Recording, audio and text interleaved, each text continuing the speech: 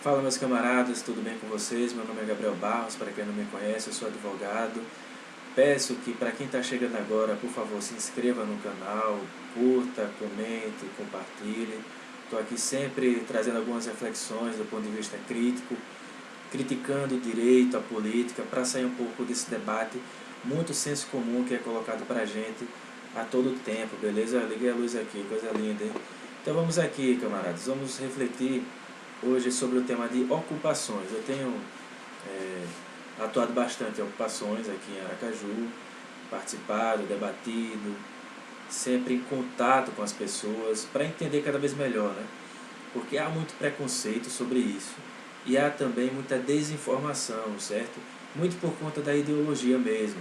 A ideologia burguesa que tenta o tempo todo criminalizar os movimentos sociais, certo? Sem perceber, inclusive, ou na verdade percebendo, só que escondendo essa faceta de que é uma luta por direitos, certo? E é uma luta por direitos fundamentais, inclusive, que estão previstos na nossa Constituição, que é a nossa lei mais importante, camaradas. É bom a gente ter essa atenção para isso. Por exemplo, né? Eu leio aqui no saudoso, glorioso jornal A Verdade, que inclusive participei aqui na ocupação João Mulungu, de um ato muito importante, de comemoração de 23 anos desse jornal fundamental.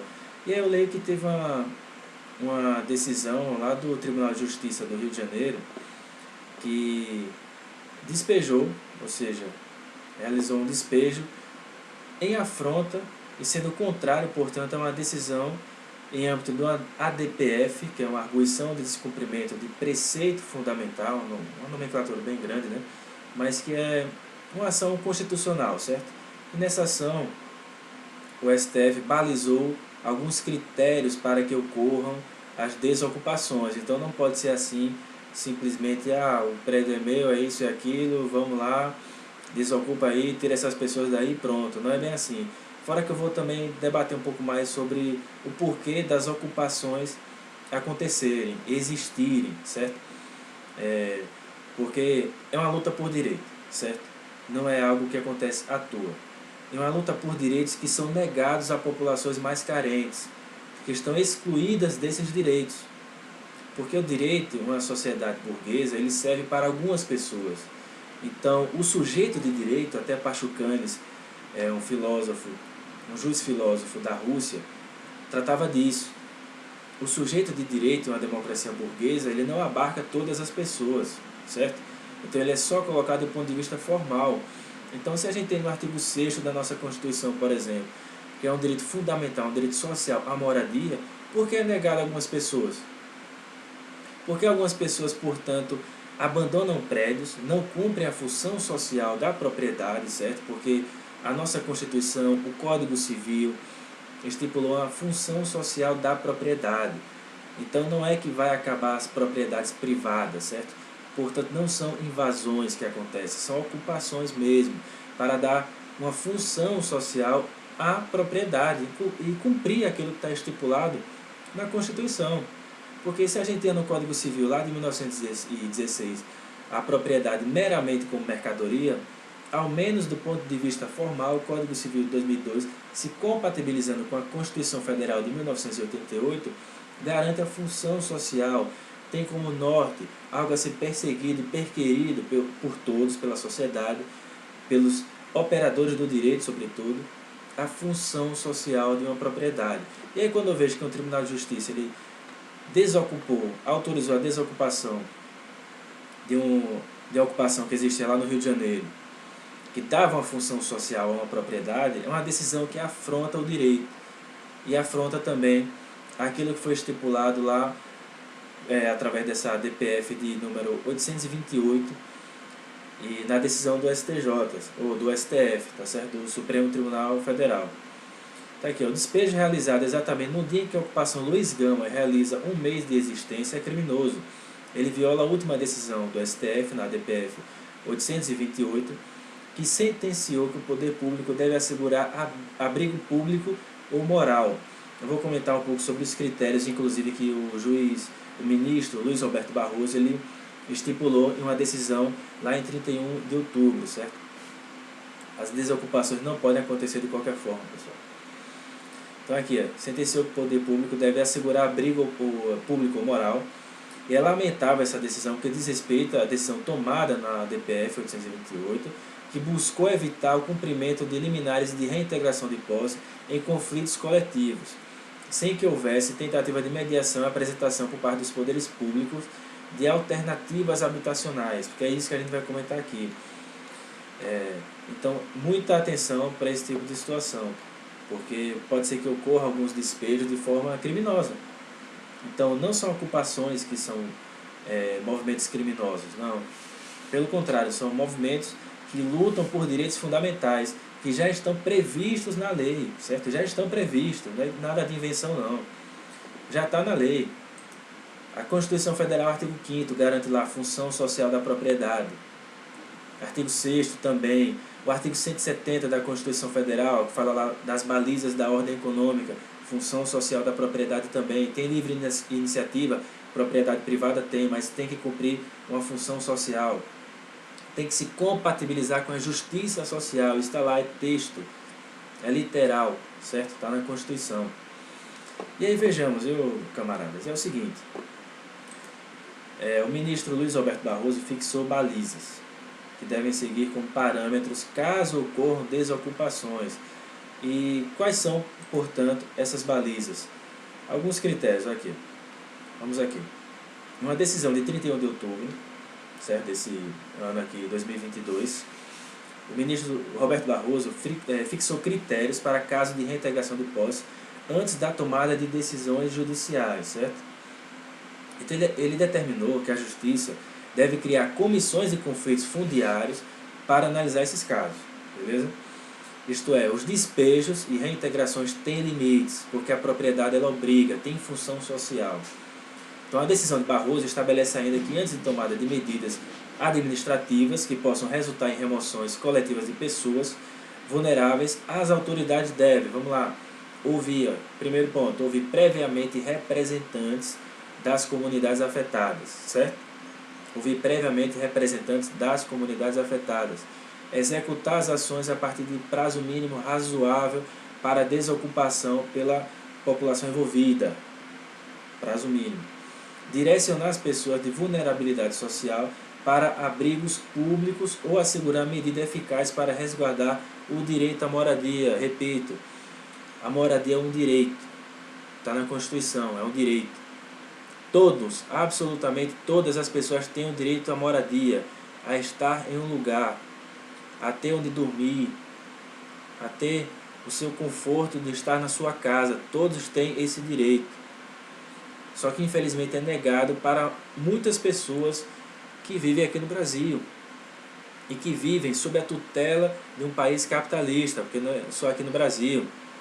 Com a pandemia, a gente teve um aumento do número de moradores de rua, ou seja, mais uma negação do direito. E por último aqui, não podem separar de membros da mesma família, certo? Então são alguns critérios aqui do STF, portanto, através dessa decisão do ministro Luiz Roberto Barroso, beleza, camaradas? Então aqui, as reflexões partem desse princípio, que portanto é um direito fundamental à moradia, que a propriedade deve cumprir sua função social. E se você pega o Estatuto da Cidade, fala o que é cumprir essa função social, certo? Está no Estatuto da Cidade, que é uma lei federal, pessoal. Então veja, se você tem um prédio que está lá abandonado, seja público ou privado, que fica lá durante anos, o Estatuto da Cidade bota lá 5, dependendo da situação, mas no parâmetro geral 5 anos, por exemplo, você abandona, não paga impostos, então o proprietário é notificado, e aí ele não se manifesta. Aí o que acontece? O poder público vai lá, IPTU progressivo, ou seja, uma forma de multa, de punir, né? E a pessoa ainda assim não se manifesta. O proprietário, seja público ou privado, não se manifesta. O que é que ele está fazendo? Não está cumprindo a função social. Aquele prédio está servindo lá para meramente especulação e a pessoa não está cumprindo aquilo que deveria ser posto, que foi posto por lei, na verdade, e que é uma obrigação de todos.